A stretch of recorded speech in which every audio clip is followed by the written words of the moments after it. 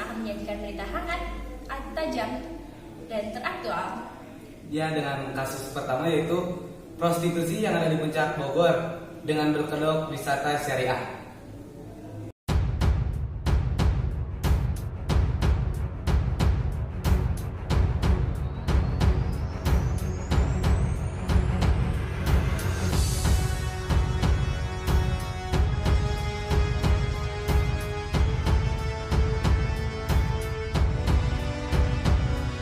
Ya, kami dari Polda Jawa Barat sudah melakukan penggerebekan dan penggeledahan atas tersangka dua pelaku mucikari yang berinisial A dan N.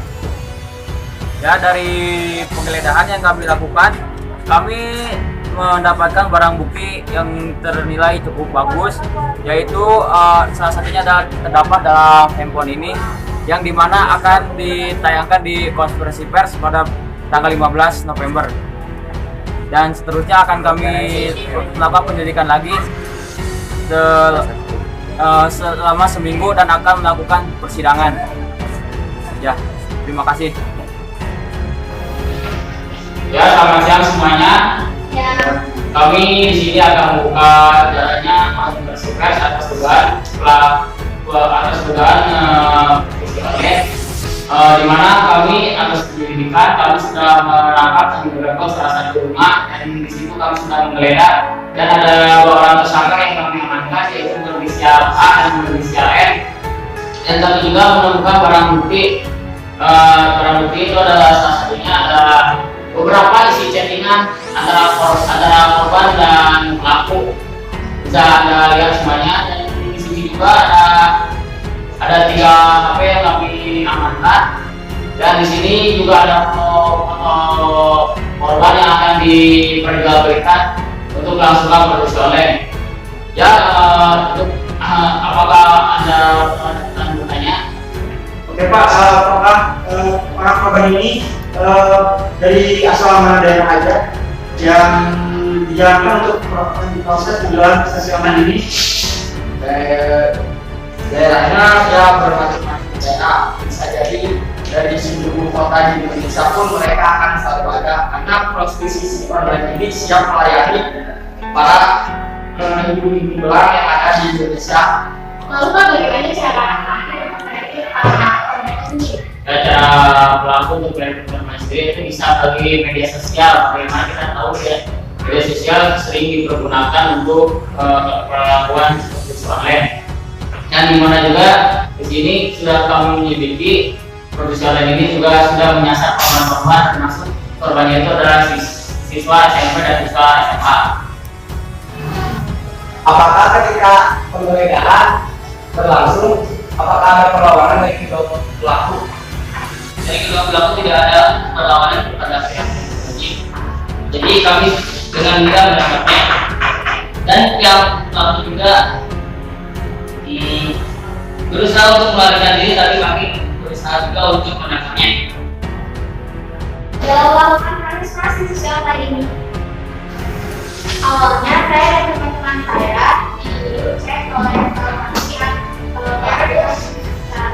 dia menawarkan pekerjaan kepada saya dan teman saya, dan ketika saya menanyakan apa pekerjaannya, dia juga menjawab, tapi dia memberikan uang 50 juta beserta handphone. Terus dia memberikan kebebasan saya untuk saya membeli apapun itu yang saya mau. Nah, udah itu pas ketika saya sudah membeli apapun yang saya mau, dia menawarkan prostitusi online kepada saya. Di situ saya langsung melaporkan ke polisi karena saya tidak terima dong dengan prostitusi online ini yang ditawarkan. Langsung saya dan teman-teman saya melaporkan kepada polisi. Sudah berapa lama Anda melakukan prostitusi online ini? Ya, jadi saya melakukan prostitusi online ini sudah sekitar 3 tahun yang lalu, dan korban-korbannya itu sudah sekitar 10-an. Kebanyakan itu siswa-siswi dari SMA. Apa motif kamu bisa melakukan prostitusi online ini? Ya, jadi saya mendapatkan keuntungan yang lebih dari pria-pria berjubel tersebut, dan saya mendapatkan sedikit uang untuk produksi. Apakah baru kali ini ada yang melakukan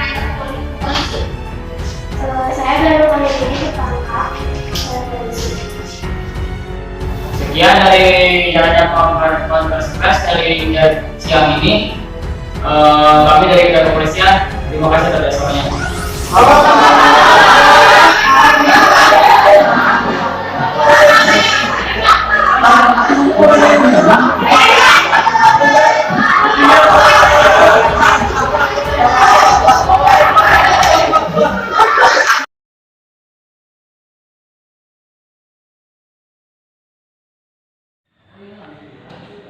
Terdakwa silakan masuk.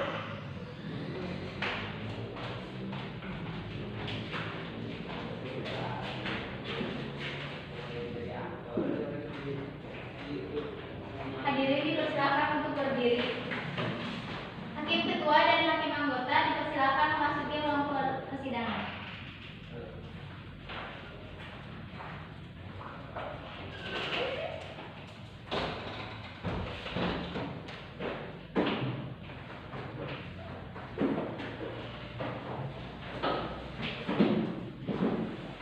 Hadirin dipersilakan duduk kembali. Baik, assalamualaikum warahmatullahi wabarakatuh. Waalaikumsalam warahmatullahi. Selamat siang, salam sejahtera. Di sini saya akan membacakan mengenai tata tertib persidangan dan peraturan yang harus ditaati. Berdasarkan pertimbangannya, Peraturan Mahkamah Agung Nomor 1 Tahun 2016 tentang mediasi yang diterbitkan pada 31 Juli 2018 lalu ini diterbitkan atas dasar sebagai berikut. 1. Mediasi merupakan salah satu proses penyelesaian sengketa yang lebih cepat dan mudah, serta dapat memberikan akses yang lebih besar kepada para pihak menemukan penyelesaian yang memuaskan dan memenuhi rasa keadilan.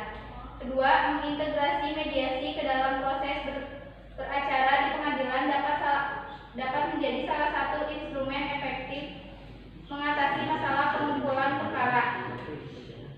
Yang ketiga, hukum acara yang berlaku baik pasal 130 HIR maupun pasal 15 4 RBG merupakan mendorong para pihak untuk menempuh proses perdamaian yang dapat diintensif. Keempat, bahwa sambil menunggu peraturan perundang-undangan dan memperhatikan wewenang Mahkamah Agung dalam mengatur acara peradilan. 5. Setelah dilakukan evaluasi terhadap pelaksanaan prosedur mediasi di pengadilan berdasarkan peraturan Mahkamah Agung Republik Indonesia Nomor 2 Tahun 2003, ternyata ditemukan beberapa permasalahan yang bersumber dari peraturan Mahkamah Agung tersebut. Yang berikutnya ada dasar hukum mediasi, yaitu yang pertama pasal 24 Undang-Undang Dasar Negeri Republik Indonesia tahun 1945. Yang kedua, Reglemen Indonesia yang diperbaharui. Ketiga, Undang-Undang Nomor 4 Tahun 2004 tentang kekuasaan kehakiman lembaga negara Nomor 8 Tahun 2004. 4. Undang-Undang Nomor 14 Tahun 1985 tentang Mahkamah Agung, Lembaga Negara Nomor 73 Tahun 1985. 5. Undang-Undang Nomor 2 Tahun 1986 tentang Peradilan Umum, Lembaga Negara Nomor 20 Tahun 1986. 6. Undang-Undang Nomor 25 Tahun 2000 tentang Program Pembangunan Nasional Lembaga Negara Nomor 206 Tahun 2000. 7. Undang-Undang Nomor 7 Tahun 1989 tentang Peradilan Agama. 6. Undang-Undang Nomor 25 Tahun 2000. 7. Undang-Undang Nomor 7 Tahun 1989 tentang Peradilan Agama. Tata tertib persidangan. Yang pertama, semua orang yang hadir di ruang sidang harus selalu menunjukkan rasa hormat pada institusi pengadilan. Jika ada satu pihak yang tidak menunjukkan rasa hormat pada institusi pengadilan, maka ketua pengadilan dapat memerintah individu tersebut untuk dikeluarkan dari ruang sidang. 2. Mengenakan pakaian muslimah dan sopan untuk non-muslim. 3. Berbicara dengan suara yang jelas ketika seorang hakim atau penasehat hukum mengajukan pertanyaan, sehingga para hakim yang lain dapat mendengar dengan jelas. 4. Dilarang membawa senjata api, benda tajam, bahan peledak, peralatan, atau berbagai benda yang dapat membahayakan keamanan ruang sidang.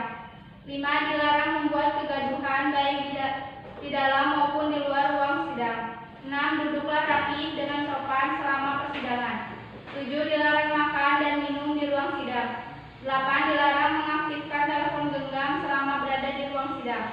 9. Dilarang membawa anak-anak di bawah umur 12 tahun, kecuali majelis hakim menghendaki anak tersebut menghadiri persidangan.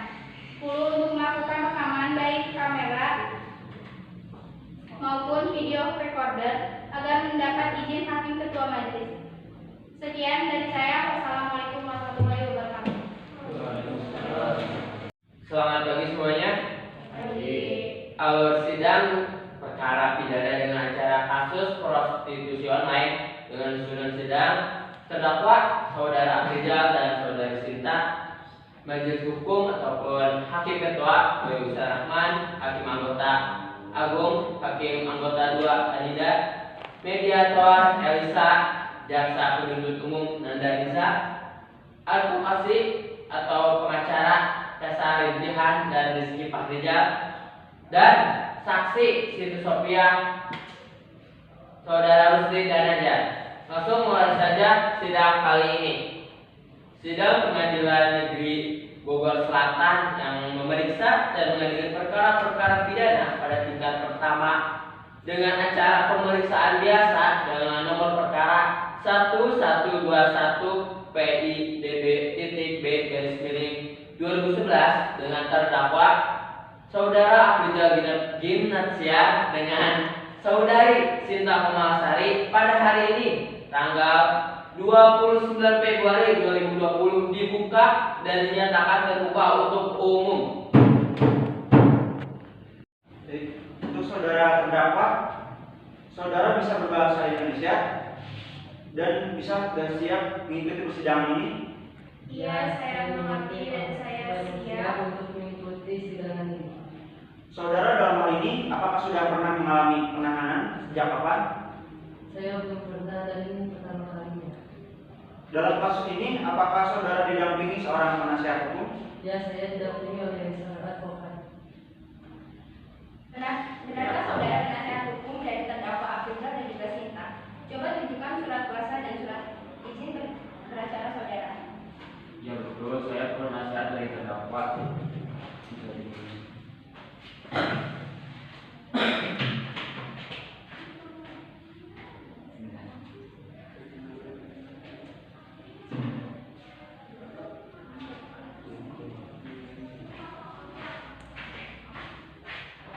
Baiklah, untuk saat ini perkara saudara akan disidangkan di Pengadilan Negeri Bogor Selatan ini. Jadi segala sesuatu yang terjadi dalam persidangan ini tolong Anda dengarkan dengan baik-baik. Sesuai dengan acara persidangan hari ini adalah pembacaan surat terdakwa oleh penuntut umum. Bagaimana penuntut umum? Apakah sudah siap dengan dakwaannya? Siap. Oke, saudara terdakwa, apakah sudah menerima salinannya? Sudah. Oke, silakan penuntut umum untuk membacakan dakwaannya. Kasus prostitusi Kasus prostitusi online tidak dapat dilepaskan dari adanya pelaku dan korban. Pelaku di sini berdasarkan pasal 12 Undang-Undang PTPPO adalah setiap orang yang menggunakan atau memanfaatkan korban perdagangan orang dengan cara melakukan persetubuhan atau perbuatan cabul lainnya dengan korban tindak pidana perdagangan orang, memperkerjakan korban tindak pidana perdagangan orang untuk meneruskan praktek eksploitasi atau mengambil keuntungan dari hasil tindakan pidana perdagangan orang dengan pidana penjara minimal 3 tahun dan maksimal 15 tahun. Mucikari dalam dua kasus di atas telah memenuhi unsur sebagai pelaku dari tindak pidana perdagangan orang karena telah menggunakan atau memanfaatkan korban untuk bekerja sebagai PSK dan mengambil keuntungan dari eksploitasi korban. Dalam hal ini eksploitasi seksual yaitu segala bentuk pemanfaatan organ tubuh seksual dan organ tubuh lainnya dari korban untuk mendapatkan keuntungan, termasuk tetapi tidak terbatas pada semua kegiatan pelacuran dan pencabulan. Apakah saudara sudah mengerti dengan surat dakwaan yang telah dibacakan oleh penuntut umum tadi? Ya, saya mengerti, Pak. Bagaimana saudara penuntut hakim? Apakah akan melakukan pembelaan hukum terhadap dakwaan dari saudara penuntut umum? Ya, saya akan melakukan pembelaan terhadap terdakwa. Silakan. Di dalam Undang-Undang Nomor 21 Tahun 2007 Pemberantasan Tindak Pidana Perdagangan Orang atau prostitusi online, salah satunya unsur si korban atau si wanita tersebut tereksploitasi, artinya dipaksa tereksploitasi. Kalau ini kan si korban itu mendapatkan keuntungan, jadi keduanya itu mendapatkan keuntungan, jadi si terdakwa itu tidak terlalu benar-benar salah, bahkan si korban pun mendapat keuntungan yang lebih besar daripada si terdakwa. Ya, terima kasih. Oke, terima kasih saudara penuntut umum. Bagaimana tanggapan saudara terhadap eksepsi tadi? Menurut saya tanggapan tersebut sangatlah berbelit-belit. Jadi saya mohon minta waktunya Pak Hakim. Terima kasih atas tanggapannya. Karena adanya eksepsi dari penuntut hukum tadi, maka sebelum adanya keputusan tadi, maka sidang untuk hari ini akan ditunda dan akan dilanjutkan 1 minggu yang akan datang. Jadi tanggal berapa? 1 minggu yang akan datang? Tanggal 6 Maret 2011. Baik, jadi sidang ditunda dan akan dilanjutkan kembali pada tanggal 6 Maret 2020 dengan agenda sidang pembacaan putusan setelah oleh majelis hakim. Oleh karena itu, PU harus siap menghadapkan terdakwa di depan pengadilan.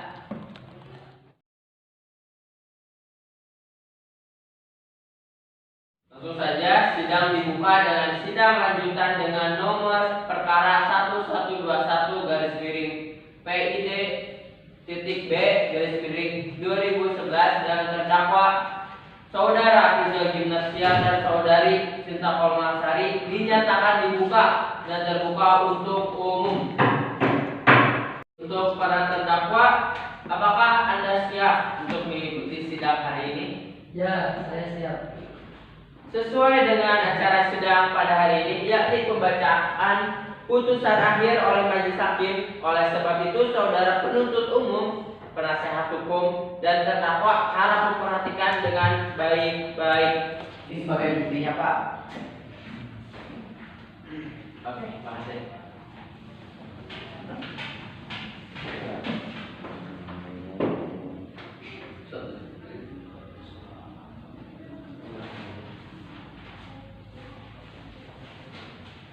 Dengan bukti yang sudah ada, saudara terdakwa diputuskan bersalah dan akan dipidana sesuai dengan pasal 3512 KUHP dengan hukum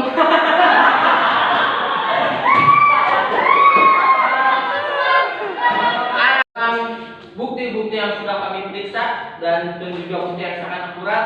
Jadi saudara terdakwa diputuskan bersalah dan akan dipidana sesuai dengan pasal 3512 KUHP dengan hukuman mati dan didenda sebesar 2 triliun.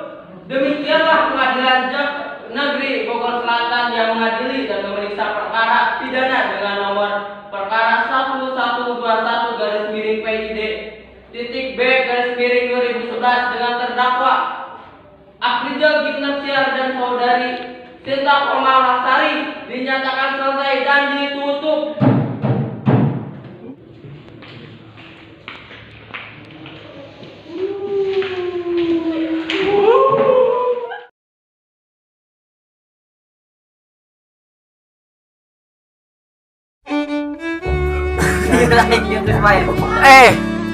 Baik Pak, saya mau tanya bagaimana itu proses penjualan perselisihan? Pamit dan sampai jumpa. Nanti mana kita pakai Ini sebagai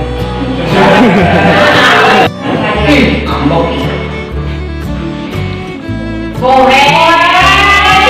512 KUHP dengan hukum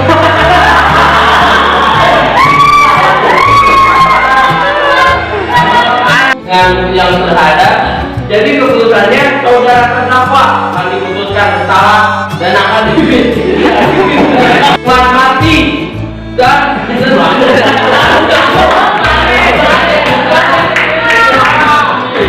pasal 2 KUHP dengan hukuman maksimal tembak.